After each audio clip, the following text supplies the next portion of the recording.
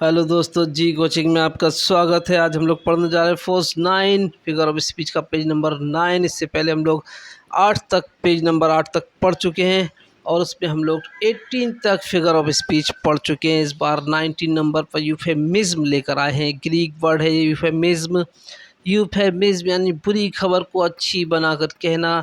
Euphemism is a polite expression. ये एक नर्म एक्सप्रेशन है। It bad news is made good news. बुरी खबर को अच्छी बनाकर कहना ही यूफेमिज्म है। बात को संभालना यूफेमिज्म है। एग्जाम्पल नंबर 1 देखें, ही हैज़ पास्ड अवे। वह गुजर चुका है। इसका मतलब क्या हुआ कि वह मर चुका है। डायरेक्ट कहने की बजाय ये कहा कि वह गुजर चुका है। He has fallen asleep. अब वह सो चुका है, यानी इसका मतलब भी क्या है कि वह मर चुका है। बुरी खबर को अच्छी बनाकर पेश करना यहाँ पर यूफेमिज्म है। He is a little thin on top. वह अपने सिर पर कुछ हल्का है। सिर पर हल्का यानी टॉप पर हल्का मतलब लूजिंग हेयर और बाल्ड, या तो उसके बाल जा चुके हैं या फिर पूरी तरह से गंजा हो चुका है। बात को संभाल कर कहा गया, यूफेमिज्म है यहाँ पर। This pre loved sofa is for sale. Pre loved sofa is for sale. ये बहुत ज़्यादा मोहब्बत किया गया सोफ़ा अब क्या है ये सेल के लिए। इसका मतलब कि सेकंड हैंड सोफ़ा बेचा जा रहा है। He has one the second price in the final. इसमें ये कहा गया कि उसने फाइनल में सेकंड प्राइज़ जीता। डायरेक्ट नहीं कहा कि फाइनल को हार चुका है, बल्कि ये कहा जा रहा है कि उसने फाइनल में सेकंड प्राइज़ जीत लिया, यानी फाइनल को लॉस्ट कर दिया, हार चुका वो। तो बात को संभाल कर कहना नर्म अंदाज में यूफेमिज्म कहलाता है। इसके आगे देखें हम लोग 20 नंबर पर। यहाँ पर पढ़ने जा रहे हैं हम लोग कॉन्सोनेंस। इससे पहले एसोनेंस पढ़ा था, वो भी कॉन्सोनेंट से संबंधित था। ये कॉन्सोनेंस भी कॉन्सोनेंट से संबंधित है। व्यंजन की आवृत्ति वाक्य में इसमें कहीं भी हो जाती है। इसमें देखते हैं एलिट्रेशन में वॉबिल की आवृत्ति होती है। वॉबिल बार बार आता है। एसोनेंस और कॉन्सोनेंस में व्यंजन यानी कॉन्सोनेंट बार बार आता है। Same consonant sound repeats. इसमें सेम कॉन्सोनेंट साउंड रिपीट होता है, लेकिन कहीं भी। देखते हैं इसमें नंबर 1 पर sent and went. Sent and went is consonance है। Toss the glass boss. Traffic figures on July 4th to be tough. यहाँ देखें, ट्रैफिक में एफ, फिगर में एफ, जुलाई 4th में F, to be tough GHB यहाँ पर F बन रहा है। इसमें कॉन्सोनेंस है। Seema ate 7 sandwiches on a sunny Sunday. इसमें भी स यानी consonance. Last year Shelly sells shells by the seas. I celebrate myself and sing myself, and what I assume you shall assume। तो यहाँ पर आपने देखा कि ये इन सब में जो है कॉन्सोनेंस यानी कॉन्सोनेंट बार बार रिपीट हो रहे हैं। सेम वर्ड वाले, सेम साउंड वाले। आर लिटिल मोर देन किन एंड लेस देन काइंड।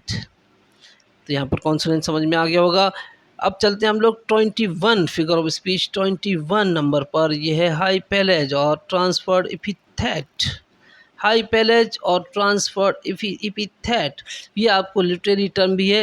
ये हाई पैलेज भी कभी कभी पूछा जाता है, उसको ट्रांसफर्ड एपिथेट भी कहते हैं। ये क्या है? ये तजुर्बे पर स्थानापन्न विशेषण, यानी किसी दूसरी जगह को किसी दूसरी चीज़ के मुकाबले पर कहना। देखें इसको, एडजेक्टिव इज ट्रांसफर्ड, इसमें विशेषण को ट्रांसफर किया था टू डिफरेंट नाउन, बिल्कुल अलग संज्ञा पर, ऑफ स्पीकर्स एक्सपीरियंस, स्पीकर्स के कहने वाले के तजुर्बे पर। चलिए बात जो है एग्जाम्पल से समझ में आती है। देखते हैं एग्जाम्पल। ही पास्ड अ स्लीपलेस नाइट। यहाँ पर बात समझ में आएगी। पास्ड अ स्लीपलेस नाइट, नाइट नींद रहित थी। ध्यान करें दोस्तों कि नाइट कभी भी नींद रहित नहीं होती है। इंसान जब नहीं सो पाता है तो उसको क्या कहता है कि मैंने स्लीपलेस नाइट गुजारी, यानी इंसान यहाँ पर नहीं सोया। और वो क्या कह रहा है कि स्लीपलेस नाइट। तो इसमें हाई पैलेज है यानी ट्रांसफर्ड एपिथेट है। द प्लोमैन, किसान, होमवर्ड प्लॉट्स, अपनी मेहनत से आगे बढ़ता है। इज़ वेरी वे, अपने थके हुए रास्ते पर। देखें, रास्ते को थका हुआ बताया जा रहा है, जबकि यहाँ पर आप खुद ही जानते होंगे, आप तो खुद ही टीचर्स हैं, कि रास्ता थका हुआ नहीं होता है बल्कि इंसान थका हुआ होता है। ये लिव्स बिजी लाइफ, ज़िंदगी को व्यस्त बता रहा है ये, हालांकि ये खुद ही बिजी है। She looked at him through concerned eyes. उसने अपनी चिंतित आंखों से उसको देखा। चिंतित आंखें, आंखें चिंतित नहीं, इंसान चिंतित होता है। I had a wonderful day, मेरे पास एक शानदार दिन रहा, वंडरफुल, आश्चर्यजनक दिन। दिन तो सारे ही सेम होते हैं, लेकिन इंसान के साथ जो घटनाएं होती हैं वो इस दिन को यादगार बनाती हैं, तो उसको ये वंडरफुल डे कह रहे हैं। He pointed an angry finger at me, उसने गुस्से वाली उंगली मेरी तरफ उठाई।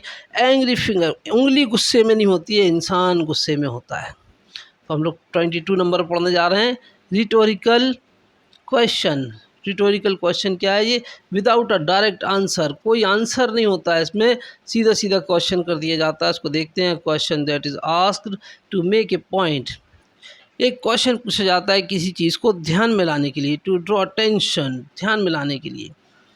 एग्जाम्पल देखें, have you lost your mind, क्या तुमने अपना दिमाग खो दिया, मतलब अपने दिमाग को यहाँ लगाओ।